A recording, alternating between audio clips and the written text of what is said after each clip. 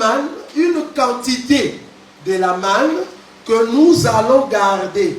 Afin que vos enfants qui viendront après, ils vont voir la manne que vous avez mangée où? Dans les déserts. Vous êtes d'accord avec moi? Et la quantité en question, la Bible l'appelle Omer. Omer. La Bible l'appelle Omer. Maintenant, le verset 36 nous explique c'est quoi l'Omer. 36 nous dit, l'Omer est la 10e partie de l'épa. Ah, donc, l'Omer n'est rien d'autre que la 10e partie de l'épa. Vous êtes d'accord avec moi? Donc, Omer, c'est la dîme de l'épa. Je répète, Omer, la quantité en question, c'était les 1/10 de l'épa. Oui ou non? Oui. Si l'Omer qu'on a gardé pour le peuple qui viendront après, c'était la dîme de l'épa. Or, cette quantité, c'est ce que tout le monde chante. C'est ce que tout le monde font écrit dans leurs églises, la manne cachée. Est-ce que vous voyez quand on dit la manne cachée? Oh Jésus-Christ, tu es la manne cachée. Hein? Jésus n'est plus la manne cachée. Bien. Amen. Il était la manne cachée. Il était la manne cachée pour qui? Pour Israël. Parce que c'est Moïse qui a pris cette manne cachée, qui est la dîme de l'épa, qui est une personne qui est Jésus. Il a caché dans l'arche.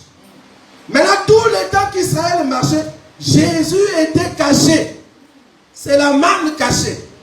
Mais il fallait un jour que c'est Jésus qui était caché. Je commence à monter. Il était caché entre les deux chérubins dans le jardin pour que Adam ne puisse pas le voir. Parce que les deux chérubins étaient en train de bouger l'épée pour que la manne cachée ne soit pas vue d'Adam. Or, Adam qui ne peut pas voir la manne cachée, c'est Israël. Or, les deux chérubins, c'était les rideaux qui empêchaient le peuple d'avoir la manne cachée. Mais la manne cachée s'est dit non, si je reste ici, il y a un peuple qui va mourir. Alors la manne cachée a porté un corps. Est-ce que vous voyez ça? Est-ce que vous voyez ça? Il a porté un corps afin de venir sauver un peuple. Alors en mourant à la croix, il s'est déchiré pour montrer ce qui était à l'intérieur. Cette manne, c'est alors que les rideaux s'est déchiré. Nous pouvons voir la manne cachée. Alors Jésus n'est plus la manne cachée. Est-ce que vous avez vu ça? Jésus est la manne révélée. Il n'est plus la manne cachée. Or, cette manne révélée, c'est la dîme, bien-aimé. C'est la dîme. Ok, une autre écriture. Bon, tout ça, ça se trouve sur YouTube. Une autre écriture, regardez. Exode. Non, pas Exode. Je prends Jean chapitre 13. Jean chapitre 13, le verset. Avant de prendre Jean chapitre 13, prenons d'abord Matthieu chapitre 22. Matthieu chapitre 22, parce que nous allons répondre à la question d'une personne qui a posé cette question à Jésus. Matthieu chapitre 22, le verset 36. Nous sommes en train de répondre à cette question. Matthieu 22, 36. La Bible dit, Maître, quel est le plus grand commandement de la loi?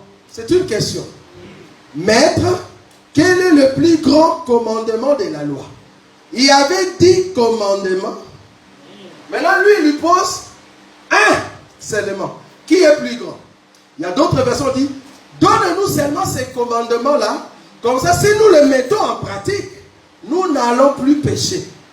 Donc, parmi les 10, donne-nous un. Le 9/10, nous n'en voulons pas. Donne-nous les 1/10. En d'autres termes, donne-nous la dîme de la loi. Est-ce que vous voyez ça? On a demandé, donne-nous la dîme. La dîme de la loi. Parce que c'est 10. Mais les 9/10, nous n'en voulons pas. Donne-nous seulement la dîme. La dîme. Comme ça, si nous le mettons en pratique, nous n'allons plus mourir. Ok. Regardez maintenant Jean, chapitre 13. Quel est alors ses commandements? Et puis il a donné ça à qui? Ce n'est pas à tout le monde. Jean chapitre 13. Je prends le verset 33. Mes petits enfants, je suis pour peu de temps encore avec vous. Vous me chercherez, et comme j'ai dit aux Juifs, vous ne pouvez venir où je vais. Je vous l'ai dit aussi maintenant. Je vous donne quoi? Un commandement nouveau. Aimez-vous les uns les autres, comme je vous ai aimé, vous aussi aimez-vous les uns les autres. 35. À ceci, vous tous connaîtront que vous êtes mes disciples, si vous avez de l'amour les uns pour les autres. Les nouveaux commandements, parmi toute la loi, c'était de s'aimer les uns des autres. Regardez Galates. Galates chapitre 5. Galates chapitre 5. Galates chapitre 5. Le verset 14. Car toute la loi est accomplie dans une seule parole. Est-ce que vous avez vu ça?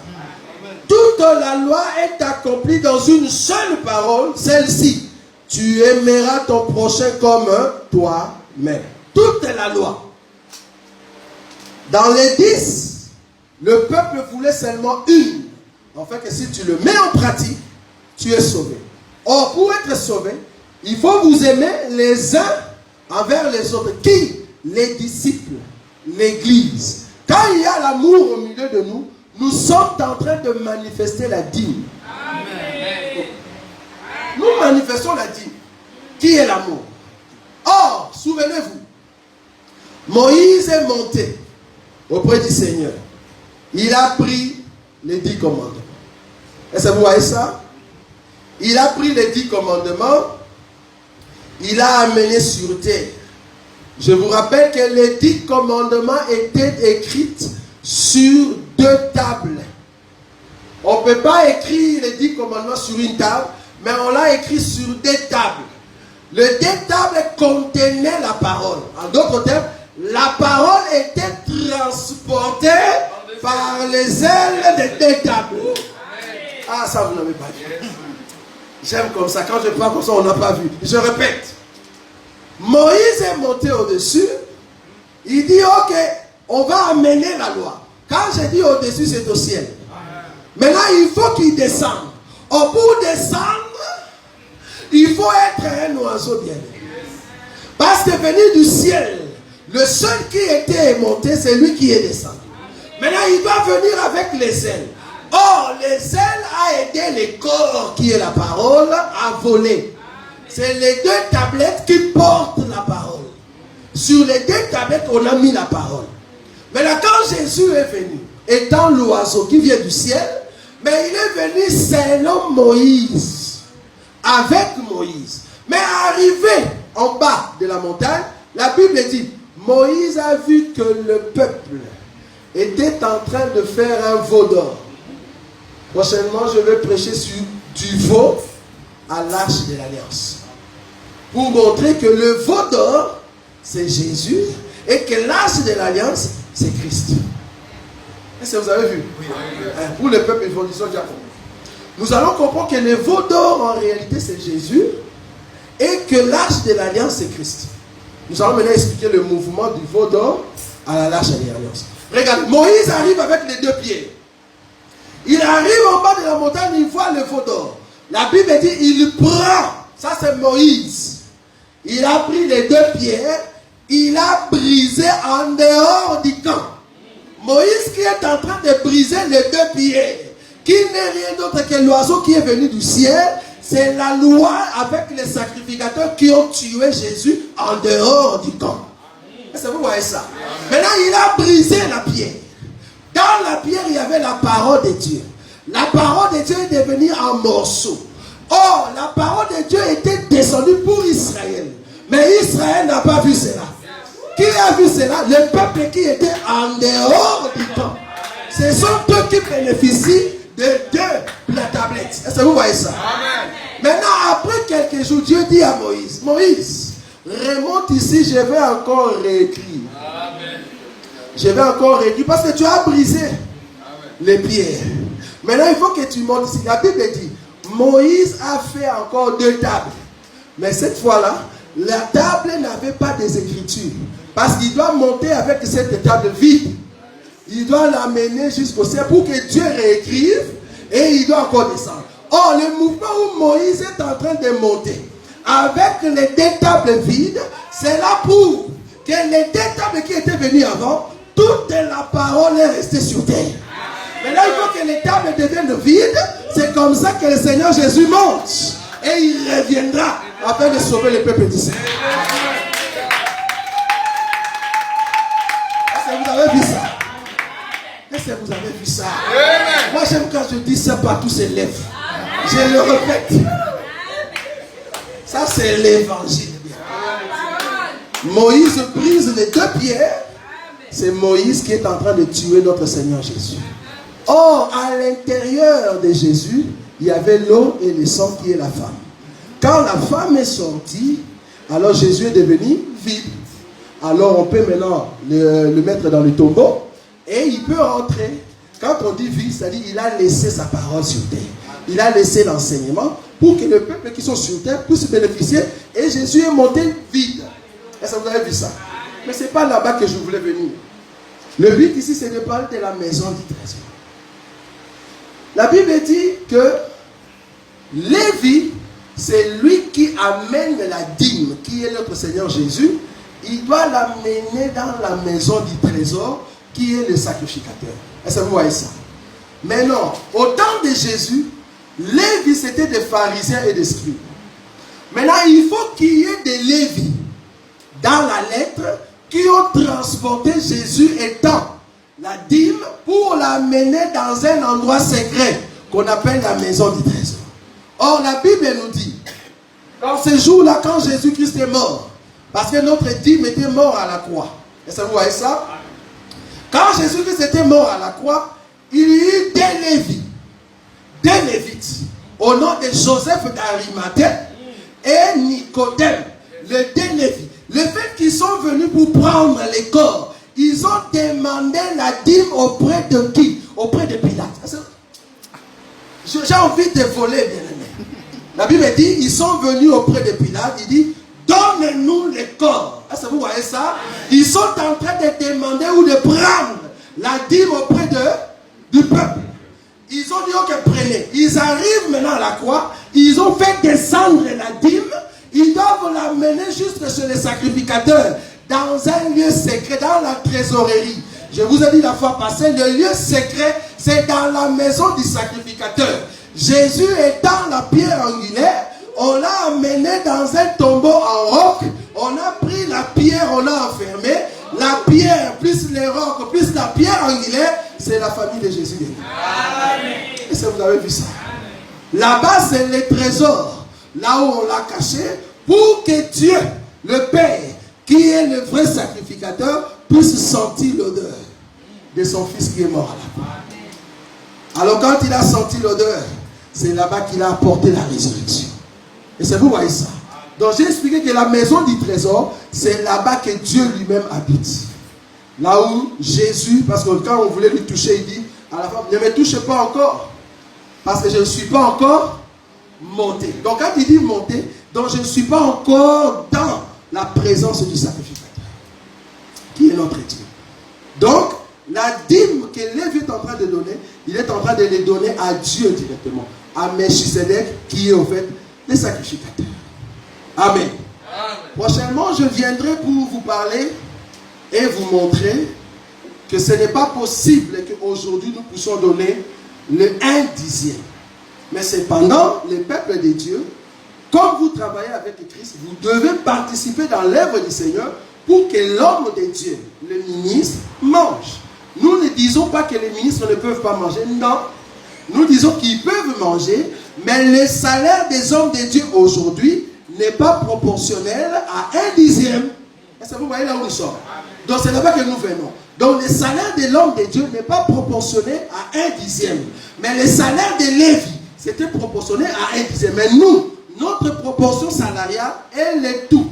C'est là-bas que nous allons venir. Comment donner maintenant le tout avec celui qui a tout en main. Amen. Amen. Amen. Nous sommes debout, nous allons acclamer le Seigneur. Amen.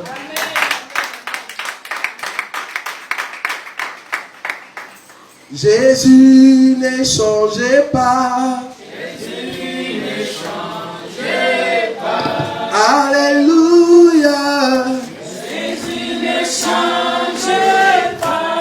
Oh mon Sauveur, il est toujours le même. Jésus ne changeait pas. Chantons Alléluia. Alléluia, chantons Alléluia, oh mon Sauveur, il est toujours le même, Jésus ne changeait. Chantons Maranatha, chantons Maranatha, Alléluia, chantons Maranatha, oh mon Sauveur, il est toujours le même, Jésus ne changeait pas. On remercie le Seigneur pour cette parole. Prions au nom de notre Seigneur Jésus.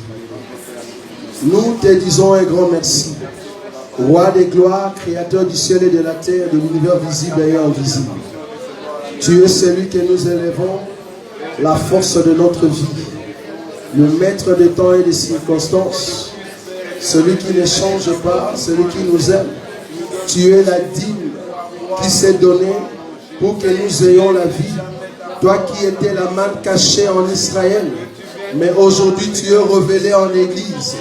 L'Église voit cette dîme qui est en train de marcher, cette dîme qui est en train de nous donner la force, cette dîme qui est en train de nous donner la joie, cette dîme qui est en train de nous donner la puissance. Parce que tu nous as aimés, Seigneur. Tu as voulu, Seigneur, sortir du secret où tu te trouvais, afin de venir nous sauver et de nous bénir, parce que tu es le roi des gloires. Aucun homme n'est semblable à toi. Béni soit ton nom. Oui, toi la dîme par excellence. Toi l'homme idéal qui a été choisi parmi les 10, afin de nous donner la vie, parce que tu es le roi des gloires. Bénis ton peuple, Seigneur, dans les champs. Bénis ton peuple dans leur travail. Manifeste la puissance, Seigneur, de ta personne dans leur vie, parce que tu es celui qui nous a aimés. Que cette parole soit gravée dans nos